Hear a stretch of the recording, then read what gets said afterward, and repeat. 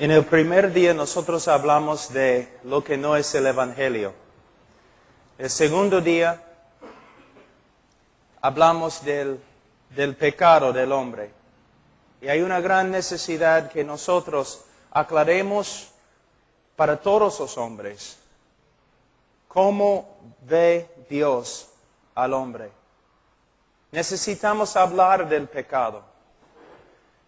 Necesitamos ser fuertes. No debemos ser cobardes. Debemos hablar del pecado, pero siempre con un corazón lleno de compasión, amor, misericordia. Hablamos ayer del Evangelio. Muchos en el día de hoy, cuando hablan de la cruz del Calvario, hablan de los sufrimientos de Jesucristo. Los sufrimientos físicos causados por los hombres. Y sus sufrimientos físicos son importantes. No debemos dejar de predicar acerca de los sufrimientos físicos de Cristo. Pero a la vez, en el día de hoy, ustedes son testigos. Cuando ustedes han escuchado a un predicador predicando sobre la cruz, ¿cuántas veces has escuchado a un predicador hablando de Cristo sufriendo bajo la ira y la furia y el aborrecimiento de Dios contra el pecado? Es muy importante que nosotros expliquemos bien lo que sucedió en la cruz y cómo nos redimió Cristo. Cómo nos redimió. También en nuestro evangelismo es muy importante que presentemos ante los hombres el problema que se encuentra en las Escrituras, el problema más grande de la Biblia. Si Dios es justo, ¿cómo puede Dios perdonar? Dios no puede negar su justicia para mostrar amor, misericordia y compasión, sino Dios tiene que satisfacer su justicia por medio de derramar su ira sobre la propiciación que es Cristo. Habiendo satisfecho su justicia, Él puede demostrar amor hacia los pecadores, porque Él ha pagado la pena de su pecado, de su desobediencia. Ahora también es importante hablar de la resurrección. Creo que en la próxima conferencia voy a tener que hacer eso. Debemos enfatizar que Cristo no solamente murió, sino también resucitó, y el significado de la resurrección. Se puede escribir libro tras libro tras libro con respecto a la resurrección de Cristo. Pero con respecto al Evangelio y la predicación del Evangelio a un pecador, es importante enfatizar que la resurrección de Jesucristo fue la señal, la evidencia pública de su Padre, que su Padre había aceptado su sacrificio como paga por nuestro pecado. Ahora, después de predicar el Evangelio, ¿qué debemos hacer? Con una pasión fuerte, con una sinceridad genuina, debemos rogar, como dice el apóstol Pablo, a los hombres para que se arrepientan y crean en el Evangelio. También debemos darnos cuenta que salvación es una obra del Espíritu Santo y las personas se convierten de diferentes maneras. Les voy a dar un ejemplo. Una vez yo estaba predicando en Ohio, hace como 20 años. Y antes de terminar la prédica, un niño de 9 años se paró atrás y empezó a pasar adelante, así, llorando y temblando todo su cuerpo. Y yo le pregunté, hijo, ¿qué problema tienes? ¿Por qué eres así? Él dijo, ¿es posible que un Dios santo puede perdonar a un pecador como yo? Niño, tienes 9 años. ¿Qué has hecho? Desobedecí a mi madre. Tú dices, caramba, el niño tiene problemas emocionales, tan asustado, tan dolorido, simplemente porque desobedeció a su mamá. Lo que tienes que entender es que todo pecado es pecado grave. El Espíritu Santo estaba usando su rebeldía contra su madre para mostrarle que era pecador y que merecía el infierno. El Espíritu estaba obrando dentro de su corazón, exponiendo la maldad que estaba allí dentro. Casi inmediatamente después de hablar con él, él clamó al Señor, a solas, no una repetición de una oración. Él clamó al Señor, Señor, sálvame. Pasamos por varios versículos, promesas de la salvación. Salió esa noche diciendo, el Señor me ha salvado, me ha librado de mis pecados. Tú dices, gloria a Dios, un éxito. No mencioné una parte importante, quizás la parte más importante. La mayoría de los evangelistas dicen a la gente, si tú crees en el Señor serás salvo. La persona clama al Señor y siente en su corazón que el Señor le ha salvado. Pero no es suficiente. Debemos también advertir a los que confiesen a Cristo con nosotros. ¿Qué debemos hacer? Vamos a volver a este niño. Después, cuando él me dijo, Cristo me ha salvado, estoy seguro, yo le dije, niño, si de verdad esta noche te has arrepentido y has creído en Cristo, Él te ha salvado, de verdad. Porque somos salvos por medio de la fe. Gloria a Dios. Si esta noche has creído en Él, eres salvo.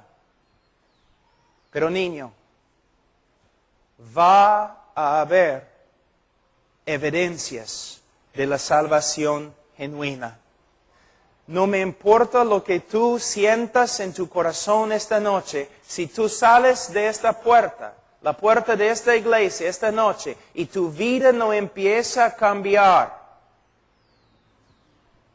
no has recibido nada aquí esta noche. La evidencia de la salvación genuina, la conversión genuina, es que va a continuar. Y el que comenzó en ti la buena obra, la va a perfeccionar. ¿Qué pasa en la mayoría de las campañas aquí en Perú?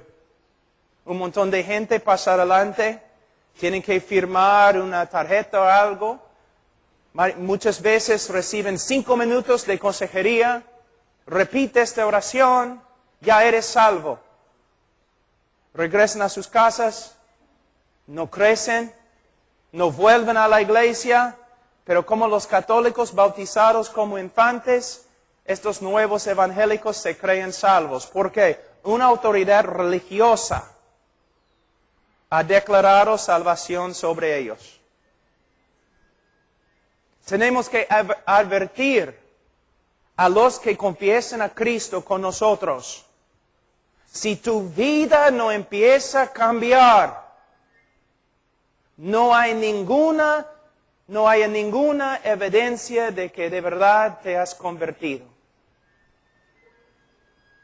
En el discipulado, por supuesto, tenemos que explicar que el creyente verdadero todavía peca. Tiene que luchar contra la carne, tiene que luchar contra el mundo, contra el diablo. A veces la vida cristiana es una lucha muy dura. También tenemos que enseñar en discipulado que un creyente verdadero puede caer, pero no hay tal cosa como creyente carnal, que vive en carnalidad toda su vida. Pero es lo que se enseña aquí en Perú. Yo viví acá en Perú. Una vez que una persona ha tomado su decisión, todos están seguros que es salvo. El pastor, él puede vivir como el diablo, pero es salvo. Solamente es carnal. No es lo que la Escritura enseña. La Escritura enseña en Hebreos capítulo 12, versículos 5 a 11, que si una persona de verdad es hijo de Dios, no solamente Dios va a obrar en su vida para que crezca, sino también Dios como Padre le va a disciplinar, le va a entrenar, le va a enseñar. ¿Debemos hacer evangelismo? A veces personas me preguntan, Pablo, ¿estás en contra del evangelismo? Y siempre respondo, sí y no. No estoy en contra del evangelismo bíblico. Estoy en contra del evangelismo contemporáneo. Hermanos,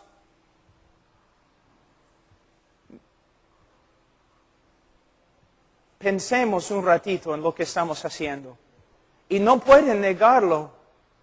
Grandes campañas, música, skits, teatro, entregando ropa, comida, juegos, jóvenes, letreros, luces,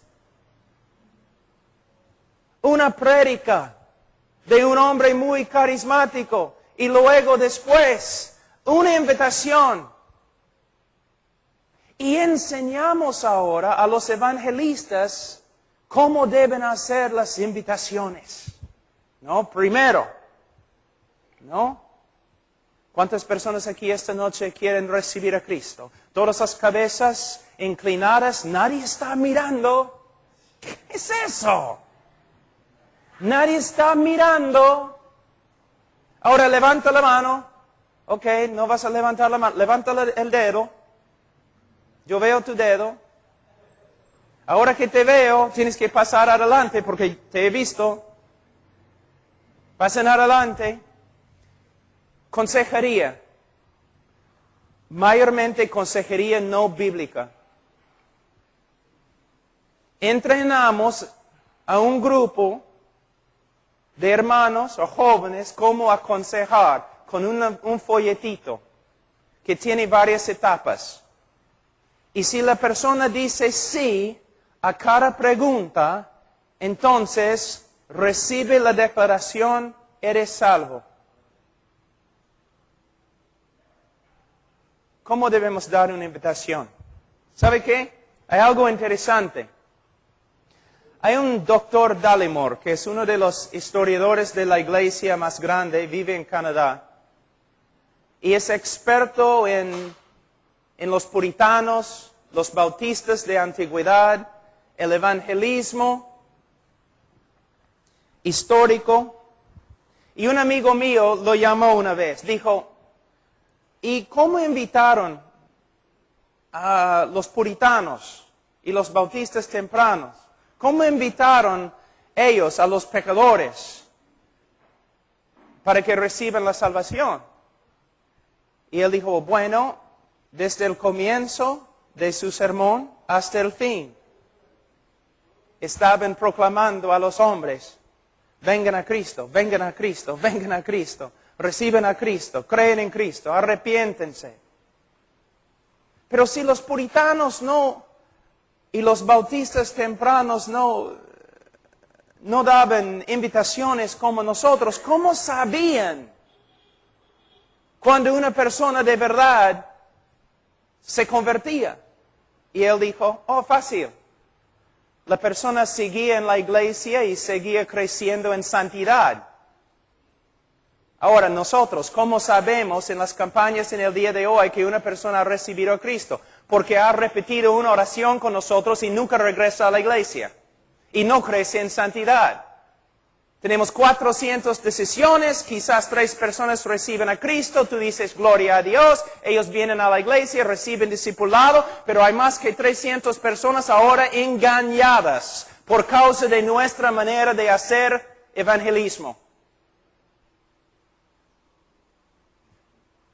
Podemos dar invitaciones, por supuesto, pero debemos dar invitaciones bíblicas. Arrepiéntense, cree en el Señor Jesucristo y serás salvo. Si quieres recibir consejería esta noche, pasa adelante, no tengo ningún problema. Pero cuando pasen adelante, deben recibir la consejería bíblica de alguien que conoce la Biblia. En vez de una persona que no sabe nada de salvación, pero sabe cómo repetir un folletito.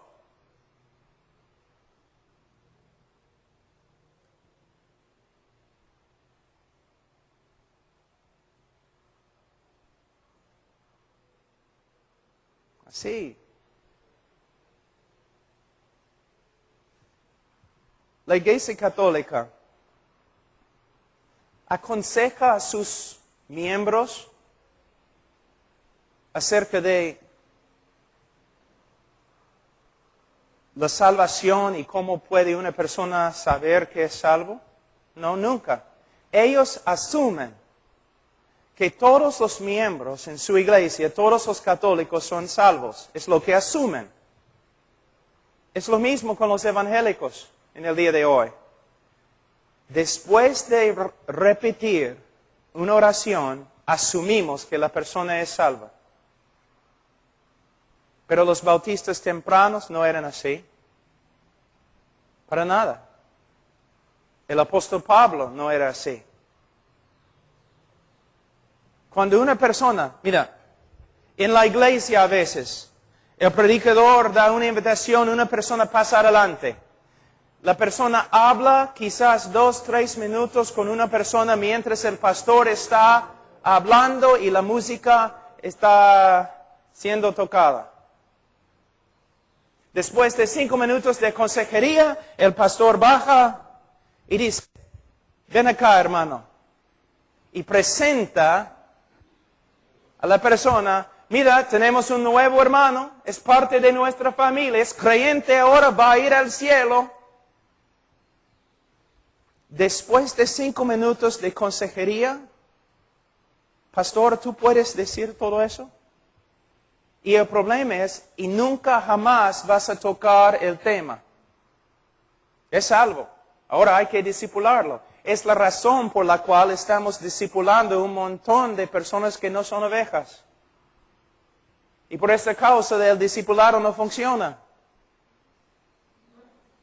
¿No sería mejor, pastor, dar una invitación con pasión? Si quieres ser salvo, ven a Cristo, arrepiéntete, cree en el Señor Jesucristo y serás salvo. Si necesitas consejería, pasa adelante. Y de ahí, pasar mucho tiempo con esta persona. Y si quieres presentar a la persona a la iglesia, quizás sería mejor presentar a la persona de esta manera. Esta noche, este hombre ha venido, ha confesado a Cristo Jesús como su Señor y Salvador. Gloria a Dios. De verdad, si esta noche él se ha arrepentido y ha creído el Evangelio, es salvo. Pero en nuestra iglesia amamos a los hombres. Y nosotros queremos tener bastante cuidado con su salvación. Entonces, en las semanas que vienen vamos a estar entrando en tiempo de estudio con este hombre para asegurar bíblicamente, para que él venga a tener una seguridad bíblica con respecto a su salvación. Y lo vamos a presentar a la iglesia como hermano bíblicamente en su bautismo. En su bautismo. Y también vamos a predicar a la iglesia Iglesia, miembros de la iglesia, tienen que darse cuenta. Muchos de ustedes han confesado a Cristo como Señor y Salvador. Muchos de ustedes han sido bautizados, pero muchos de ustedes no viven como creyentes. No crecen. No crecen en la madurez, no crecen en conformidad a Cristo. Deben entender que puede ser posible que no hayan recibido a Cristo, que no conocen a Cristo. Tenemos que examinar nuestras vidas. Tenemos que probar nuestras vidas a la luz de las Escrituras. Como dice Pablo en 2 Corintios capítulo 13, versículo 5. Hermanos, no podemos simplemente asumir que una persona es cristiana simplemente porque una vez en su vida repitió una oración con nosotros.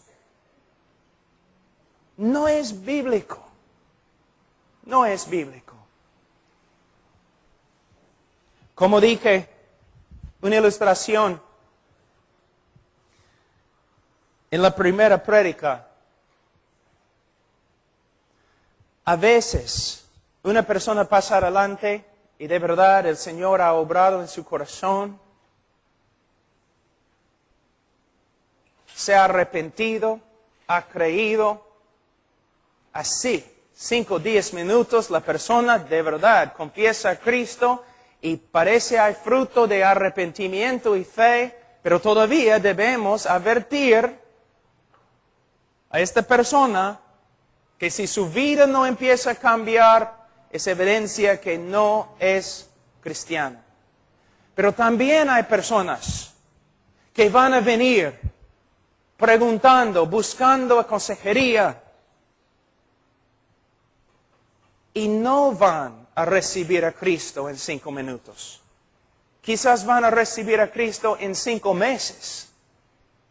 Pero ¿qué hacemos nosotros? No, tenemos que tener una decisión esta noche. Tenemos que tener una decisión esta noche. No. Tenemos que seguir las Escrituras y la obra del Espíritu Santo que es soberano. Él puede obrar en la vida de un hombre como Él quiera. Una vez había una mujer que se acercó después de una reunión que tuvimos ahí en Missouri. Se acercó, llorando. Pastor Pablo, he destruido mi vida con el pecado.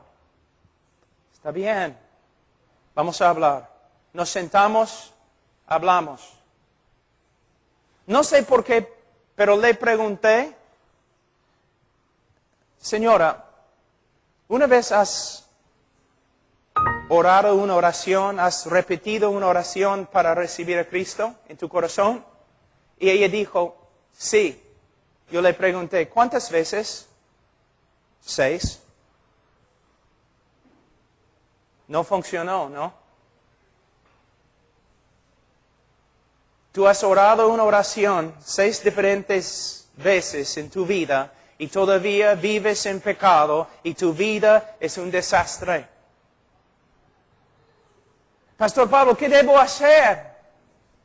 Bueno, debes arrepentirte y creer el Evangelio.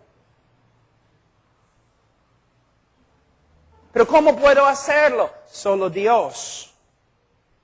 Solo por medio de Dios. ¿Qué debo hacer? ¿Estás arrepentido?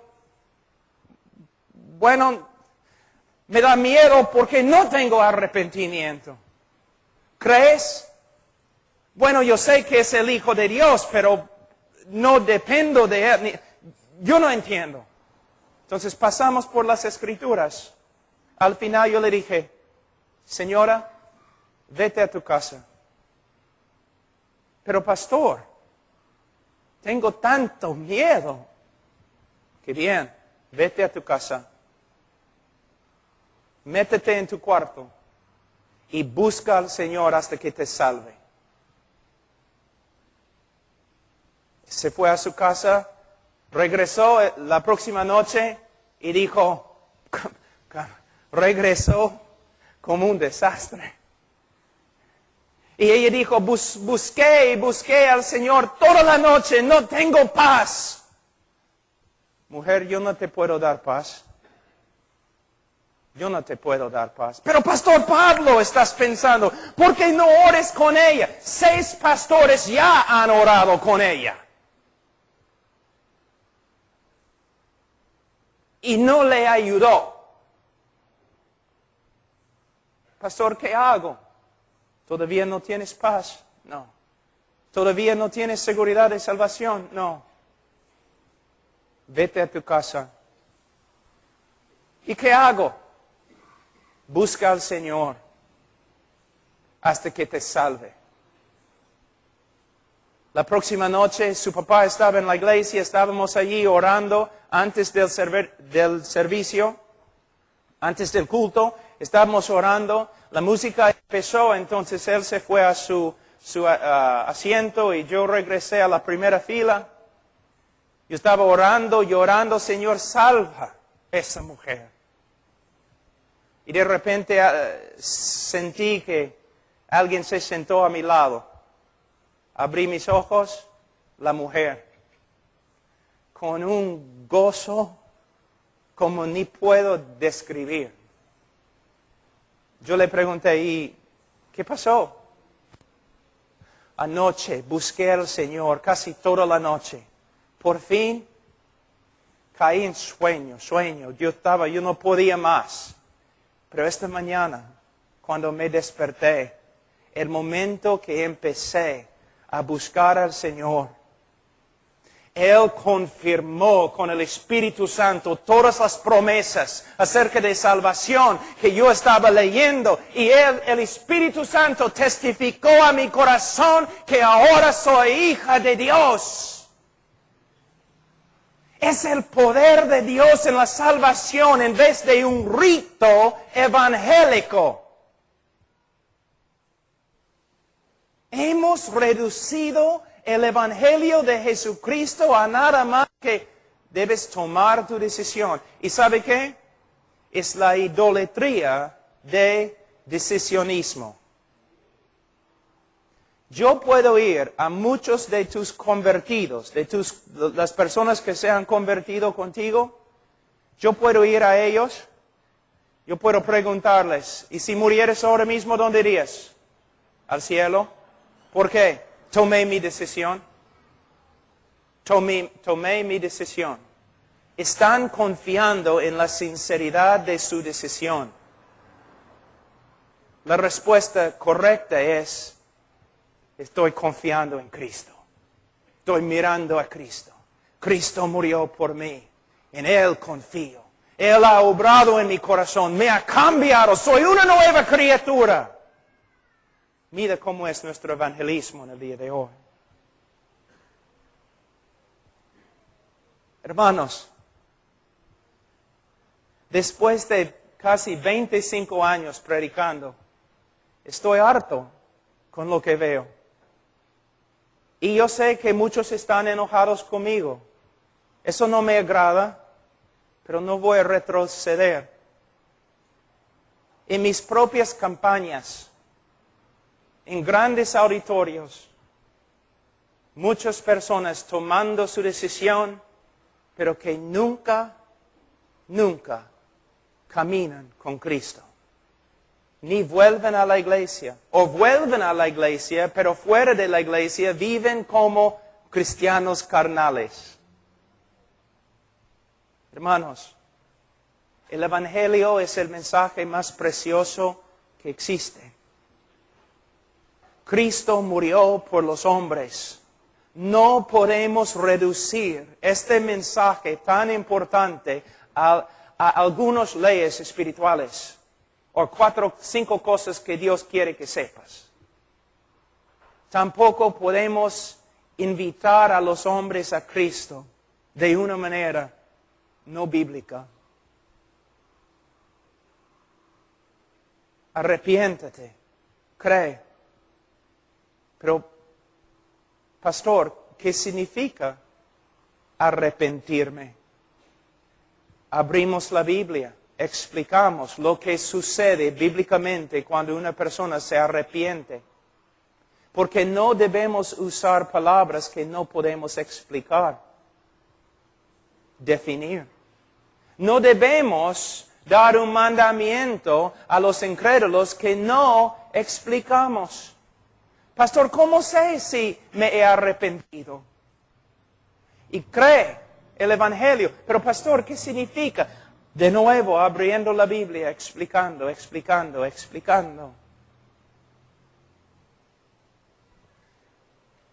En los Estados Unidos y también en Perú, he escuchado muchas veces líderes diciendo, tenemos que discipular más. De verdad, tenemos que discipular más. ¿Por qué? Porque tenemos tantas personas saliendo de la iglesia como personas entrando en la iglesia. Y la razón por la cual las personas están saliendo es porque no están recibiendo discipulado. No es lo que dice la Biblia. ¿Qué dice Primera de Juan?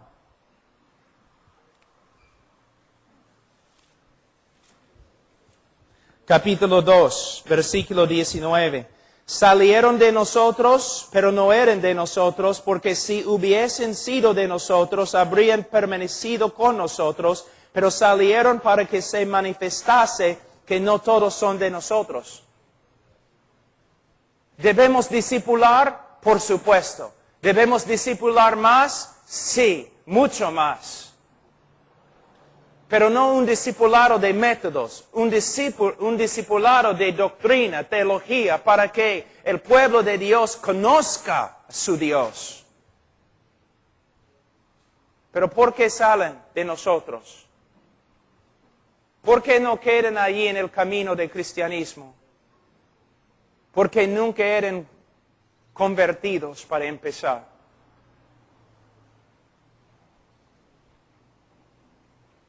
La razón por la cual nuestros convertidos son tan carnales es porque son carnales. Nunca han sido convertidos.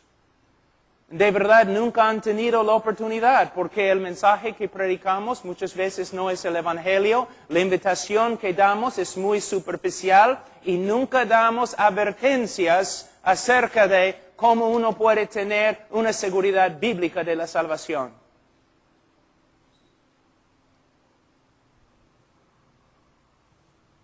Así es. Hermanos, la razón por la cual soy bautista no es por causa de los bautistas en el día de hoy. Es por causa de los bautistas de hace 150 años. Si Spurgeon podría regresar hoy día y ver a una iglesia bautista y las prédicas en las iglesias bautistas, él dejaría la iglesia bautista.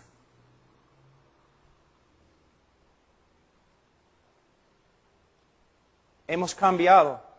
Somos más influenciados por la psicología y la ideología de este mundo que las Escrituras.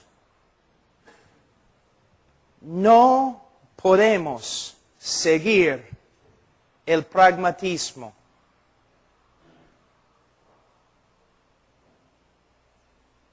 Tenemos que seguir la doctrina bíblica.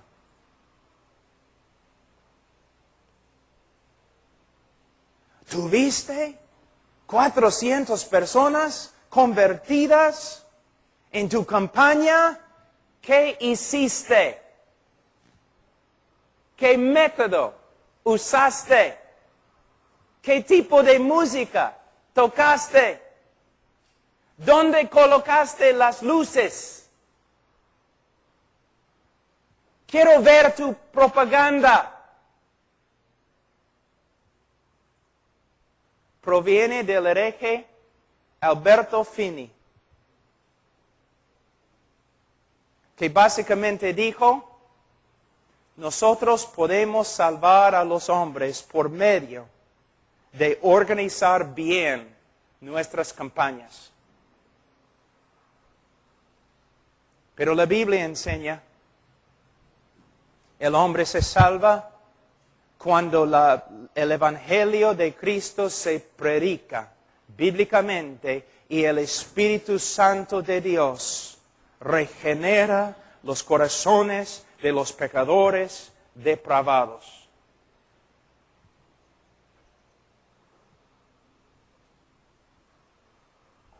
Es mi última prédica. Solamente quería resumir.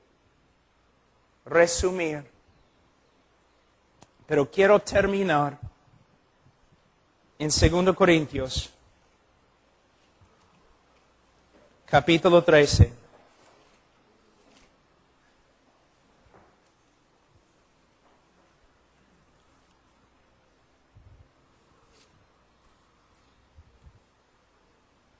Versículo 5. Muchos en la iglesia en Corinto no andaban bien. Fíjate que ni una vez Pablo les pregunta, ¿había un tiempo en la vida de ustedes que oraron para recibir a Cristo? Ni una vez. Pero él dice lo siguiente: examinaos a vosotros mismos si estáis en la fe. Probaos a vosotros mismos.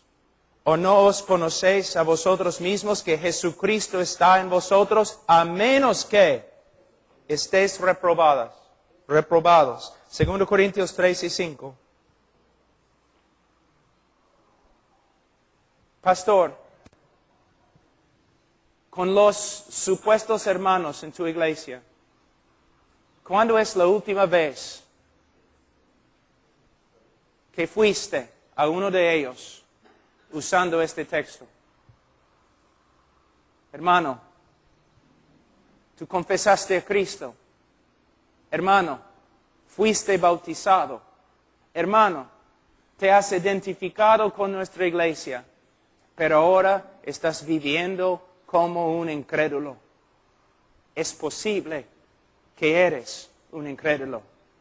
Vamos a sentarnos principalmente con el libro de 1 de Juan. Vamos a sentarnos. Necesitas examinarte a la luz de las Escrituras, porque en 1 de Juan encontramos varias evidencias de un creyente verdadero. Hermano, por favor, es posible que ni eres salvo. No. Mayormente los pastores van a los hermanos, miembros que están viviendo como el diablo, y van diciendo lo siguiente: hermano, eres cristiano, entonces debes portarte como un cristiano.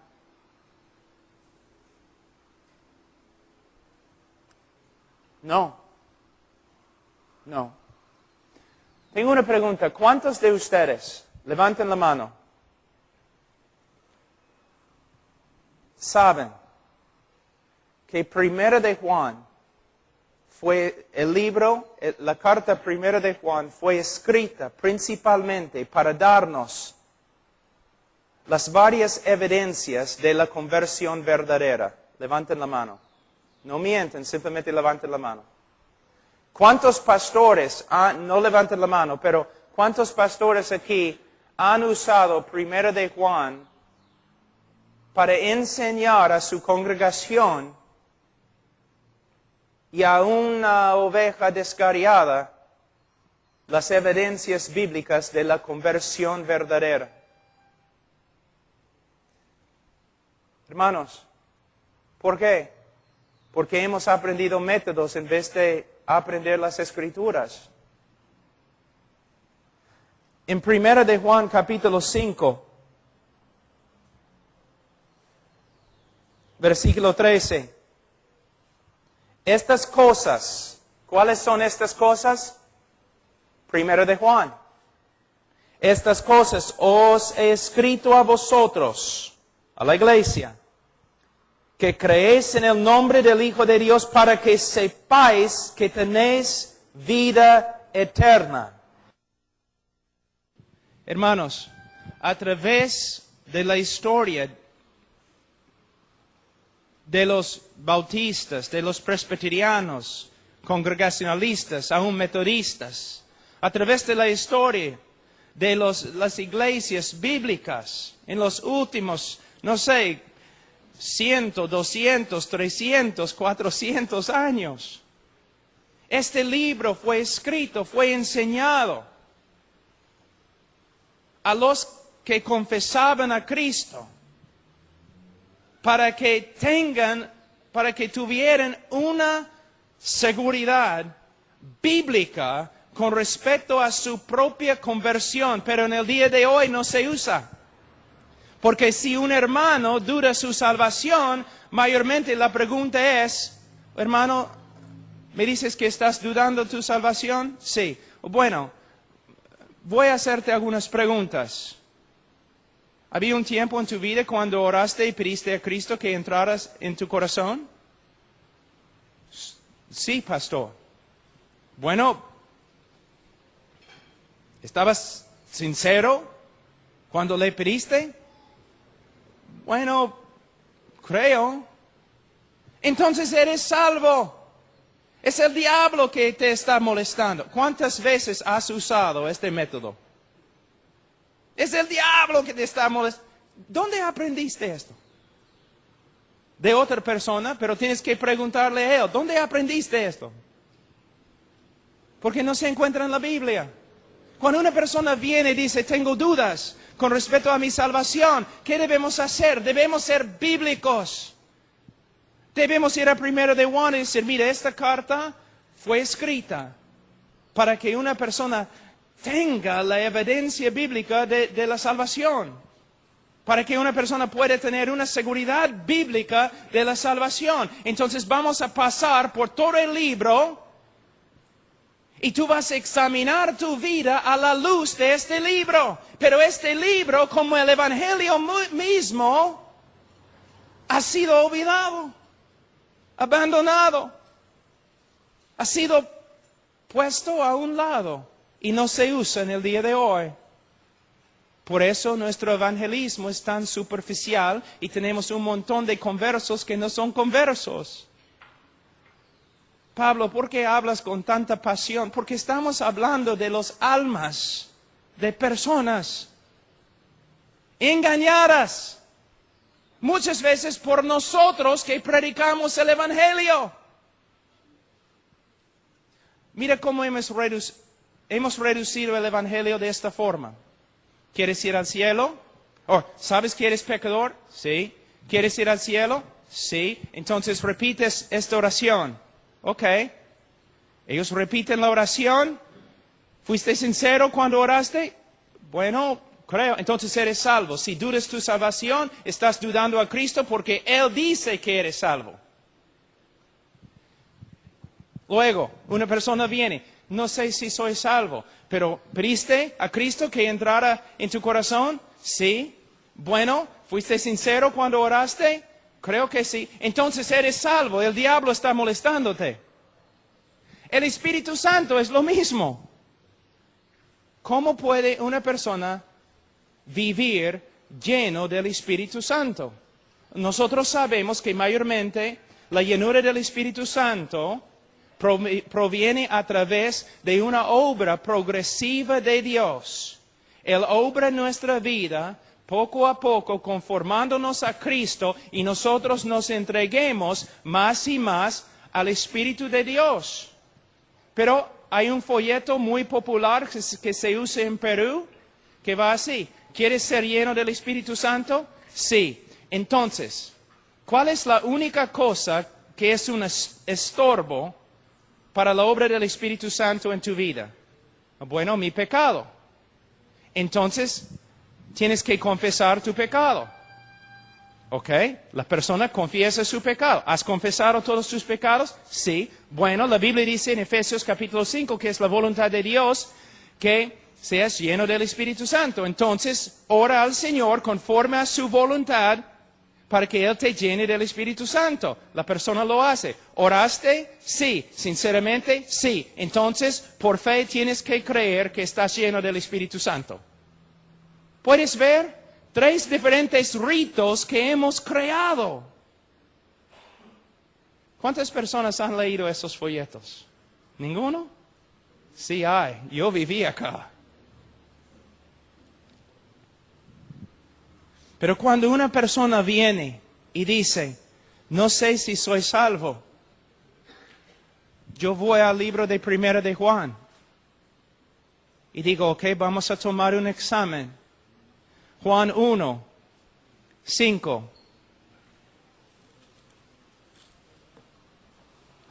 Este es el mensaje que hemos oído de Él y os anunciamos. Dios es luz y no hay tinieblas, ningunas tinieblas en Él. Significa que Dios es santo, sí, pero mayormente en el contexto de Primera de Juan, esta iglesia fue atacada por un grupo que al final llegó a ser los gnósticos. Y ellos enseñaron que Dios era un Dios esotérico, oscuro, y nadie podía conocer a Dios y nadie podía conocer su voluntad. Pero Juan está diciendo no. Él está diciendo Dios es luz. ¿Qué significa? Dios ha revelado su carácter y ha revelado su voluntad a nosotros. Él nos ha mostrado quién es y lo que quiere. Él sigue en versículo 6. Si decimos que tenemos comunión con Él, si decimos que somos cristianos, y andamos en tinieblas, mentimos y no practicamos la verdad. Mentimos y no somos cristianos. Entonces, ¿qué quiere decir? Si una persona dice que es creyente, pero vive en oscuridad, ¿qué significa? Vive de una manera que contradice lo que sabemos de Dios y contradice lo que sabemos de la voluntad de Dios. Él es mentiroso cuando dice que es cristiano. La palabra andar es muy importante en el griego. La palabra andar es pateo. Pateo. Aquí es peripateo. Significa andar por todos lados. Una persona, un cristiano peca, sí puede pecar. Pero hay una diferencia entre un creyente que peca y lucha contra el pecado y un creyente cuyo estilo de vida es un estilo de caminar en pecado, practicar el pecado. Y lo que él está diciendo aquí es cualquier persona que se dice cristiano, pero su estilo de vida, cuando mires su vida, muchos meses o años, su estilo de vida contradice lo que Dios ha revelado acerca de sí mismo, contradice lo que Dios ha revelado acerca de su voluntad. La persona es mentiroso cuando dice que es creyente.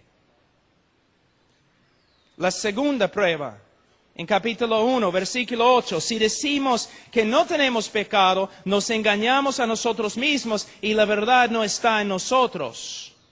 Versículo 10, si decimos que no hemos pecado, le hacemos a Él mentiroso y su palabra no está en nosotros. Si negamos que tengamos pecado, no somos cristianos. ¿Qué quiere decir?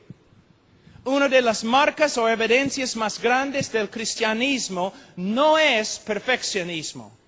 Una de las evidencias más grandes de que uno es cristiano es que él es sensible al pecado en su vida.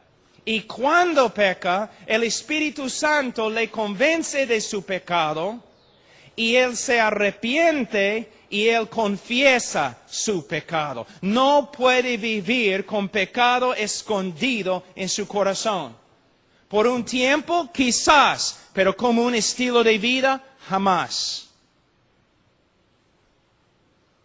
¿No es interesante, pastores, que muchas veces las personas más entregadas en tu iglesia son los que más confiesen su pecado? ¿Y los hombres más carnales en tu iglesia nunca se preocupen por su pecado? ¿No es interesante? Una vez, pastor, has predicado y el Espíritu Santo ha obrado y personas comienzan a quebrantarse con respecto a su pecado en la iglesia. ¿No es interesante que casi siempre las personas que se quebrantan son las personas más dedicadas a la obra? Y los miembros más mundanos se sienten allí tranquilos. Es la diferencia entre un creyente y no creyente. Una de las evidencias más grandes de la salvación es que el creyente verdadero, primera prueba, va a caminar, vivir un estilo de vida que es conforme a lo que Dios ha revelado acerca de sí mismo y es conforme a lo que Dios ha revelado con respecto a su voluntad. Otra evidencia del cristianismo verdadero es que el cristiano verdadero, cuando peca, va a ser sensible a su pecado, se va a arrepentir y va a confesar su pecado. Y confesión no significa, Señor, perdóname. Esa no es confesión. Señor, perdóname, cada noche, ¿no? Antes de dormir, perdóname, si he hecho algo. Hermano, pregúntame, ¿has hecho algo? Si he hecho algo, perdóname. Esa no es confesión. La palabra confesión proviene de la palabra griega homologeo, que significa hablar lo mismo. Confesión es cuando el Espíritu Santo, a través de la palabra de Dios o a través de un hermano, el Espíritu Santo te muestra que has pecado un pecado específico. Por ejemplo, te has enojado con un hermano. El Espíritu Santo, por medio de su palabra, te muestra que te has enojado contra un hermano. Confesión es cuando tú dices, Señor, lo que tú dices acerca de mí es verdad. Estoy de acuerdo contigo. Tú dices que me he enojado con un hermano. Tienes razón. Yo confieso, he pecado. Me he enojado con un hermano. Perdóname. Y vas al hermano y pides perdón también. Entonces, una vida marcada por la voluntad de Dios, conformidad al carácter de Dios y una vida sensible al pecado. Otro que es muy importante, versículo 6 de capítulo 2, otra prueba. El que dice que permanece en Él debe andar como Él anduvo. Tú dices, entonces todos nosotros vamos a ir al infierno, porque ¿quién anda como Cristo anduvo? Lo que está diciendo es lo siguiente. Una ilustración, cuando yo era niño, mi papá era grande, yo lo respetaba bastante, yo quería ser como él. Y él caminaba por la nieve, así, llevando comida a los animales, porque vivimos allí en el rancho, y él caminaba así. Era un hombre muy grande. Y él dejó sus huellas allí en la nieve. Y yo era un chibolo de ese tamaño, pero yo quería ser igual a mi papá. Entonces yo trataba de poner mi pie en sus huellas, ¿no? Yo estaba ahí caminando como una araña borracha o algo. Todos podían mirarme y burlarse de mí. Tú no puedes caminar como tu papá, pero no había ninguna duda que el deseo más grande de mi corazón era caminar como mi papá. Cuando alguien mira tu vida, ¿pueden ver que el deseo más grande en tu vida es ser como Cristo? ¿O quieres ser como estos mundanos, supuestamente exitosos en este mundo? ¿Se nota una realidad en tu vida, un deseo de ser conforme a la persona de Cristo? Otra prueba. Capítulo 2. Hemos pasado por alto una prueba. Capítulo 2. Versículo 3. En esto sabemos que nosotros le conocemos. ¿Cómo podemos saber que de verdad conocemos a Cristo? Él nos dice, si guardamos sus mandamientos. El que dice, yo le conozco, yo soy creyente también. El que dice, yo le conozco y no guarda sus mandamientos, el tal es mentiroso y la verdad no está en él. Ahora, ¿qué significa? Porque acabamos de aprender que el cristiano verdadero peca. Entonces, ¿qué significa que el cristiano verdadero guarda los mandamientos de Dios? De nuevo, estamos hablando no de perfección, sino de un estilo de vida. Un incrédulo no tiene nada que ver con la palabra de Dios, no tiene nada que ver con los mandamientos, porque no tiene nada que ver con la voluntad de Dios. No se preocupa por la voluntad de Dios. ¿Cuántas personas son miembros de nuestras iglesias bautistas que nunca se preocupen por la voluntad de Dios? Ellos siempre hacen su propia voluntad sin preocuparse por buscar la voluntad de Dios en la palabra de Dios. No tienen ninguna relación con la palabra de Dios. ¡Nunca! Pero el creyente verdadero, ¿qué dice la Biblia? Se preocupa por la palabra de Dios, la voluntad de Dios. Quiere saber lo que Dios le ha mandado. Quiere obedecer la voluntad de Dios. Obedece la voluntad de Dios como un estilo de vida. Aunque no hay perfección, se nota una realidad en su vida.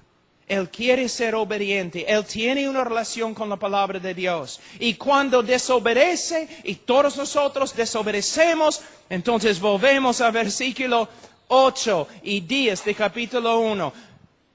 Cuando desobedece los mandamientos de Dios, es sensible a su pecado y se arrepiente y confiesa. Personas vienen a mí siempre diciendo, tengo una nueva relación con Dios. Entonces yo digo, bueno, ¿tienes una nueva relación con el pecado? Porque si no tienes una nueva relación con el pecado, no tienes una nueva relación con Dios. Tengo una nueva relación con Dios. ¿Tienes una nueva relación con su voluntad? Porque si no tienes una nueva relación con su voluntad, no tienes una nueva relación con Él.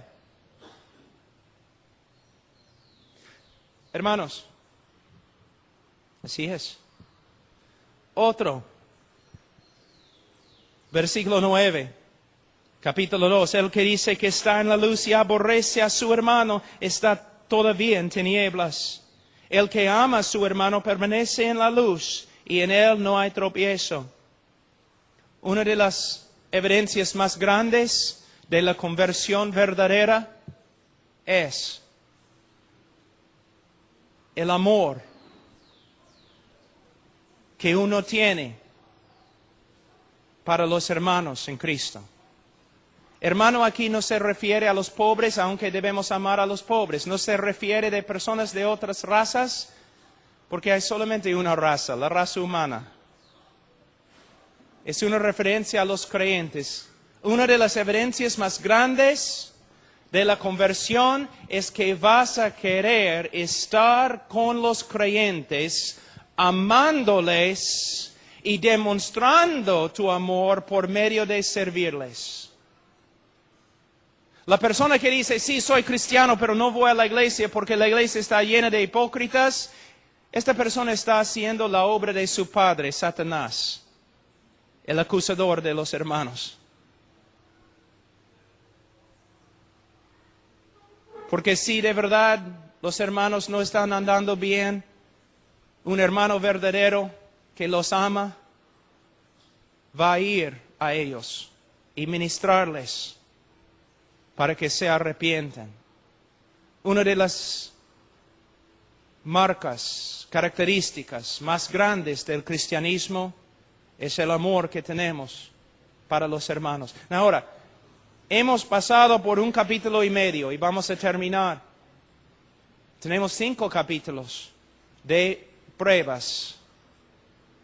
Es el estándar bíblico. Si queremos saber si somos salvos, si queremos aconsejar, debemos usar las Escrituras. No un folletito escrito en los Estados Unidos.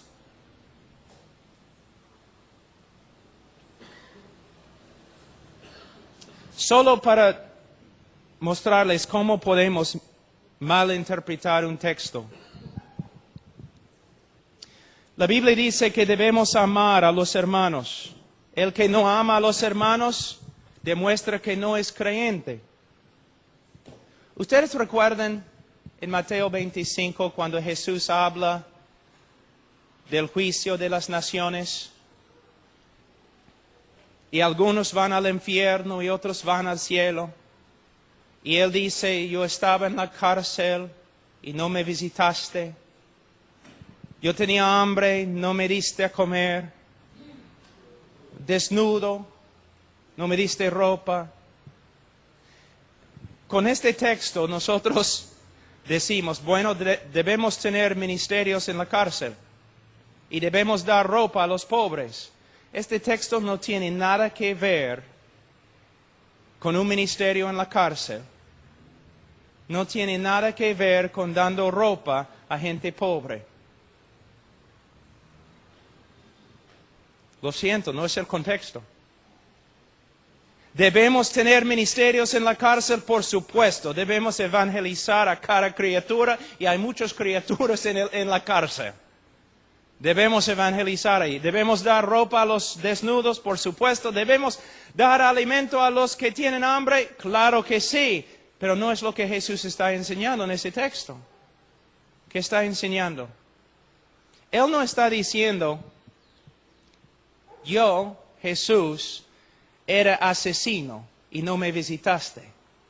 Él no está diciendo, yo era un ladrón en la cárcel y no me visitaste. No es lo que Él está diciendo. Él está diciendo lo siguiente. Él está hablando de que la característica más grande del creyente verdadero, oveja verdadera, es amor para con los hermanos. Y Él usa una ilustración muy potente. Él dice lo siguiente. Este es el contexto. Vamos a decir que somos una iglesia escondida ahí en Roma, o en Israel. Una iglesia perseguida y por eso escondida. Y tenemos una reunión escondida, fuera de la ciudad, porque hay hombres que quieren matarnos, meternos en la cárcel. Entonces, cuando estamos regresando a la ciudad, los soldados romanos capturan a nuestros dos pastores. O vamos a decir simplemente, capturan a dos hermanos. Dos hermanos fieles en la iglesia, los soldados romanos los capturan y los meten en la cárcel. En la cárcel en esa época, tú mueres, a menos que alguien te traiga comida de afuera. Tú mueres de frío, a menos que alguien de afuera te traiga ropa. Entonces nuestros hermanos ahora están en la cárcel y van a morir porque los soldados les han golpeado gravemente y tienen heridas. Los hermanos están allí sin comida y sin agua. Entonces nosotros llamamos una reunión como una iglesia. Y nosotros decimos, bueno, tenemos que llevar ropa y comida y medicina a nuestros hermanos que han sido capturados. Y todos dicen, amén. Pero entonces un hermano se para y dice, pero los que llevan la comida y la medicina a la cárcel, bueno, hay soldados ahí. Hay espías ahí. Si yo llevo la comida a ellos, me van a capturar también y voy a estar en la cárcel también. Ahí es la prueba. ¿Amas a tu hermano o no? ¿Vas a ir? Aunque quizás te maten, vas a ir. Es lo que Jesús está diciendo. Él no está hablando de personas en la cárcel que han cometido robo o asesinato. Él está diciendo que la evidencia más grande de que eres oveja es que vas a arriesgar tu vida por los hermanos porque los amas. Pero puedes ver cómo nosotros sacamos un texto fuera de su contexto y decimos que somos bíblicos. ¿He probado mi punto? Hermanos, tenemos que estudiar las Escrituras. No simplemente leer algo y usarlo.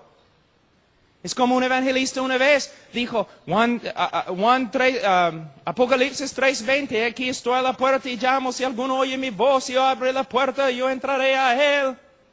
Yo le dije, después de la reunión, pero, hermano, en el contexto gramático de Apocalipsis 3:20, Jesús no está tocando a la puerta del corazón de un pecador, está tocando a la puerta de una iglesia. Él me dijo, yo sé, Pablo, pero funciona. Pero hermano, pragmatismo es muy peligroso. No debemos hacer algo porque funciona. Debemos hacer algo porque es lo que la Biblia enseña. ¿Podemos decir a los pecadores que Cristo está llamando? A veces aún podemos usar este texto como una ilustración. Creo que sí, no voy a pelear. Pero debemos tener bastante cuidado porque la mayoría de las personas en los Estados Unidos y también en Perú creen que Cristo está tocando a la puerta del corazón de un pecador en ese texto cuando no es así. Está tocando a la puerta de una iglesia rebelde y fría. ¿Ves? No tenemos el derecho de torcer las Escrituras simplemente porque funciona. Oremos.